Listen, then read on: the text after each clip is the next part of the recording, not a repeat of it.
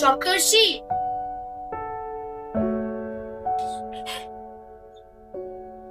কিরে ওভাবে দাঁড়িয়ে আছিস কেন? সপ্তর্ষি, কখন থেকে রাখছিস ক্লাসে?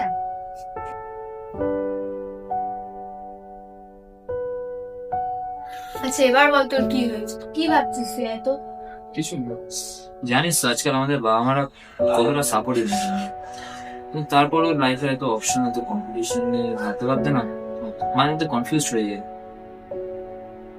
তারপর আজ আবার দেখ ইউথ ডে। আচ্ছা ঠিক আছে, বুঝতে পেরেছি, তুই বাইরে চল, আমি তোকে বাপটা বাড়িয়ে দেবো। জানিস স্বামী বিবেকানন্দ বলেছিলেন ইউথদের মধ্যে আছে পাওয়া, আমাদের মধ্যে আছে সেই এবিলিটিটা লাইফে ভালোভাবে এগোনো।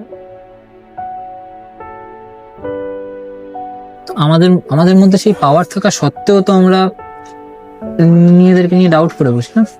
আজকে আমরা কিছু করার আগে ঠিক বা ভুল আমরা সমস্তটাই আজকাল ডিজিটাল মিডিয়াকে জিজ্ঞাসা করি, এটা কি আদৌ ঠিক? হ্যাঁ সেটা ঠিক। দেখ, ইউথ মানেই হলো ট্রান্সফরমেশন, আর এই ট্রান্সফরমেশনের মধ্যে আমাদের নিজেদেরকে খুঁজে বার করতে হবে। তার মানে প্রত্যেকদিন একটু একটু করে নিজেকে বেটার করা, তাই তো? তো আপনারা তো এতক্ষণ পুরো গল্পটাই দেখলেন। একটা কথা জানেন স্বামী বিবেকানন্দ কি বলেছিলেন? Arise, awake and stop not till the goal is reached. এই কথাটা শুধু একটা কোট নয়, এটা আমাদের ইউথদের রেসপন্সিবিলিটি বোঝায়। তো চলুন দেখে নি সেই ইউথদের থেকে তাদের এই ফিউচারের রেসপন্সিবিলিটি কি হতে পারে। We are life scientists Responsible for protecting health and improving lives.